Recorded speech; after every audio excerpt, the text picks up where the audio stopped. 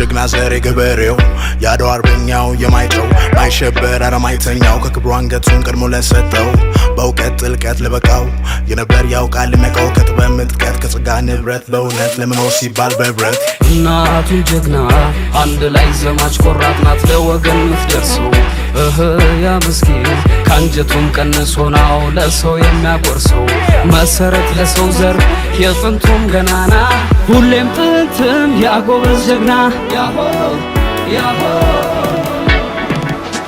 ላላይ ጉማ ጥንትም ነው ጀግና ላላይ ጉማ ስር መሰረቱ ላላይ ጉማ ቆራጥ ናት ሴቷም ላላይ ጉማ ደራሽ ለቤቷም ላላይ ጉማ ያደፋሩ ሙሉ ክብሩ ጀግና አንበሳ ለሀገሩ ላላይ ጉማ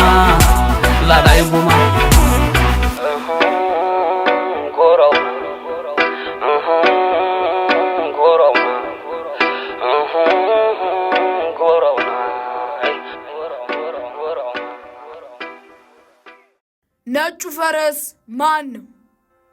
ከአድዋ ጦር ማግስት በቆሰለ አርበኛ የተማረከ ሰው እልፍኝ ውስጥ ሆኖ እንደዚህ ጠየቀ።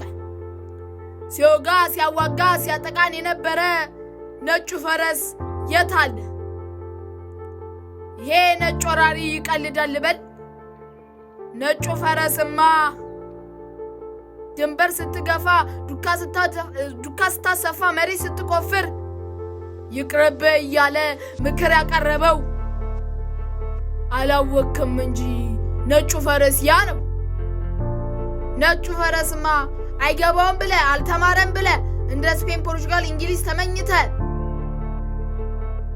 አፍሪካ ምድር ላይ ግዛት ሊያዝ ብለ ሰውነቱን ንቀ በጥቁረቱ ስቀ በብረት ካቴና አስራ ያደማኸው አላወቅም እንጂ ነጩ ፈረስ ያ ነው። ነጩ ፈረስማ በኤርትራ ምድር መቀለም ባላጌ አይገባውም ብለ ስትገፋ ስትወረው በቃላት ውስጥ መርዝ ለውሰ ሰተኸው እውነቱን ተርጉሞ እምቢ ያለ ሰው ነው። ነጩ ፈረስማ የጣይቱን ምክር የቴጌዋን ትእዛዝ አክብሮ አዳምጦ በልቡ ያብላላ አላወቅም እንጂ ነጩ ፈረስ ያ ነው። እስካሁን ነጩ ፈረስ ያልከው የጥቁር ሕዝብ ኩራት መመኪያ የሆነው አጼ ሚኒሊክ ነው። ነጩ ፈረስ ማን ነው?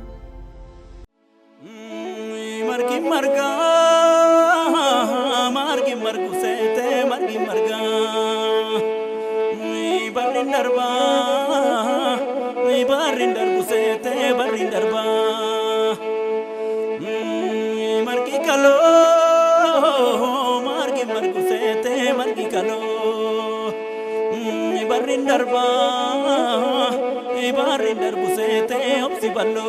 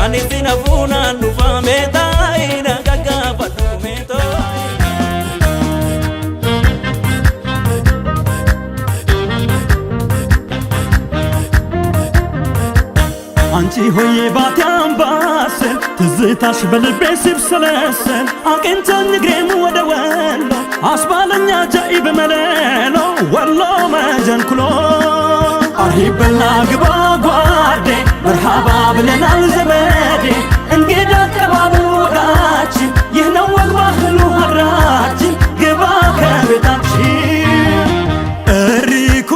እሪኩም መጋላ እሪኩም መጋላ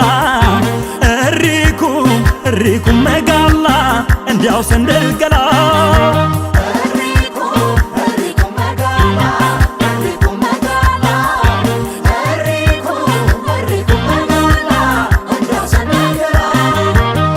እሪኩም ዘመዳ ባለ ዝና ሆነ ወሎ የሰው ዛላ ንጉሥ ገደመብን ካሳ በመቅደላ አድሮስ እናስኩቲ ይጭስ ይነስነሰ የወሎ ልጅ መጣች ያላት የደስደሰ እንዳቦላት ሱስ